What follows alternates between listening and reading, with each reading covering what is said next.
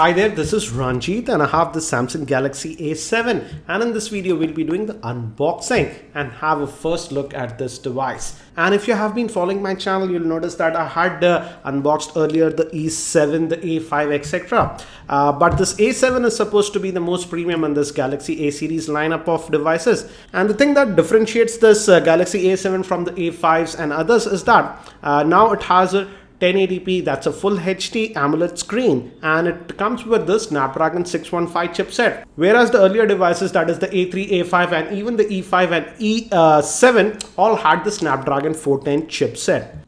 We have the white color variant. This product is available also in black color, and I also believe in the gold variant. And regarding the pricing, the price quoted here on the box is 32,000, but this product is available in India in local stores for around 30,000. That is almost around $490 or so.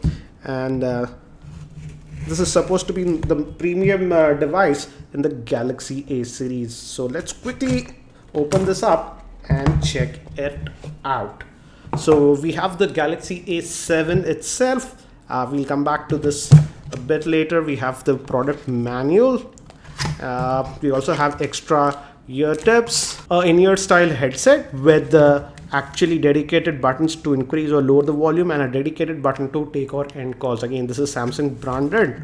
And we also have the power brick, which is actually 1.55 amperes, not a 2 amp charger, and the micro USB to USB cable. And we should also be having a pin to actually take out the, put in the nano SIM in this device, because this device also accepts nano SIM.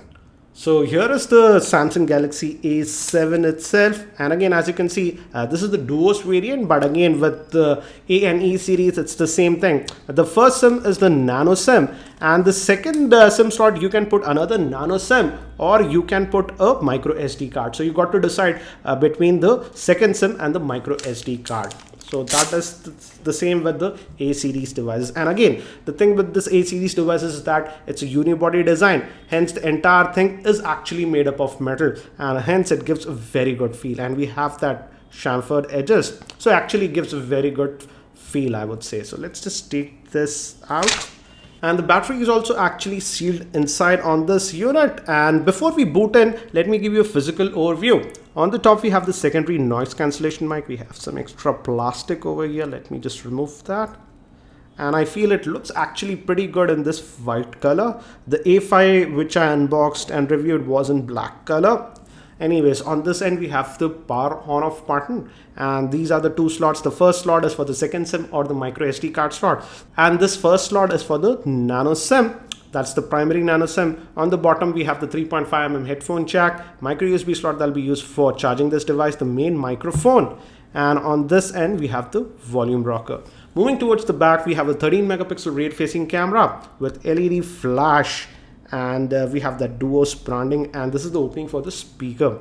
The front facing camera is supposed to be a 5 megapixel shooter, and it sports a 5.5 inch screen. So let's just power this on. It gave me haptic feedback, and again, this is the same. This is we have the home button at the center, typical Samsung. Nothing has changed.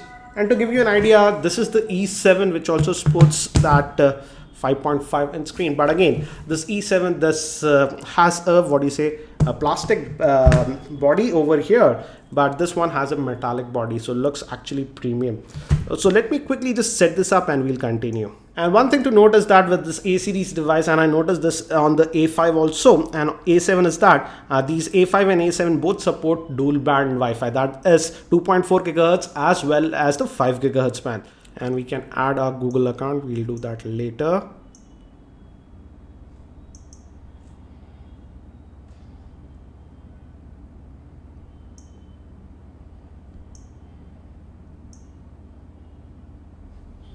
And this is the first boot. Let me put it on. We have the auto brightness.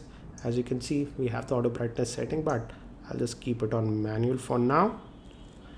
So this is the first boot of this device, and let's look at the settings. Again, we have these typical settings. I'll just use the tab view.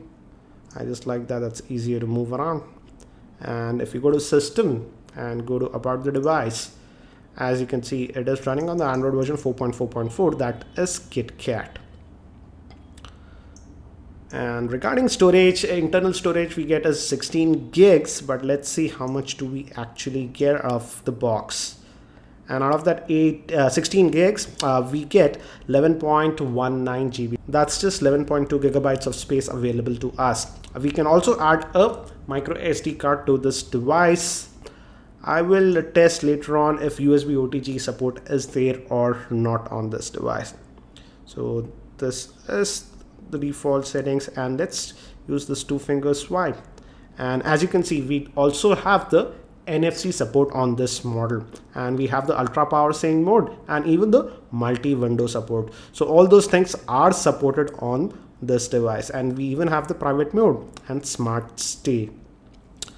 So that's nice to see. And let's see what are the apps that are pre-installed. We also have Flipboard, and Dropbox is also pre-installed.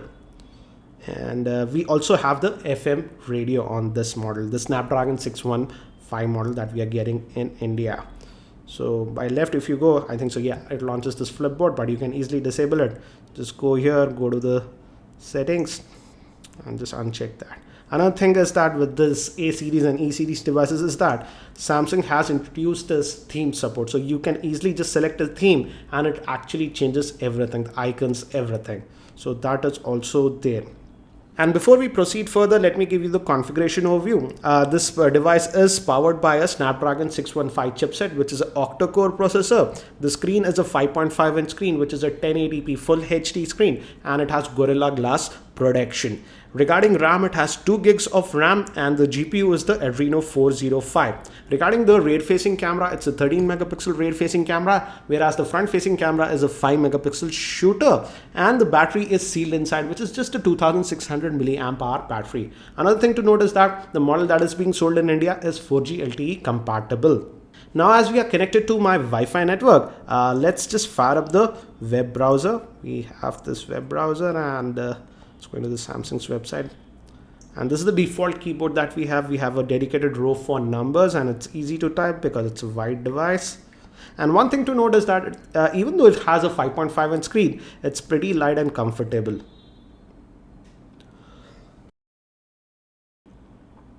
So as you can see, it loaded this website pretty quickly. This is the mobile version. Let's go to the desktop variant. And this is the full desktop variant that we have. And if you notice, I just accidentally clicked on a link.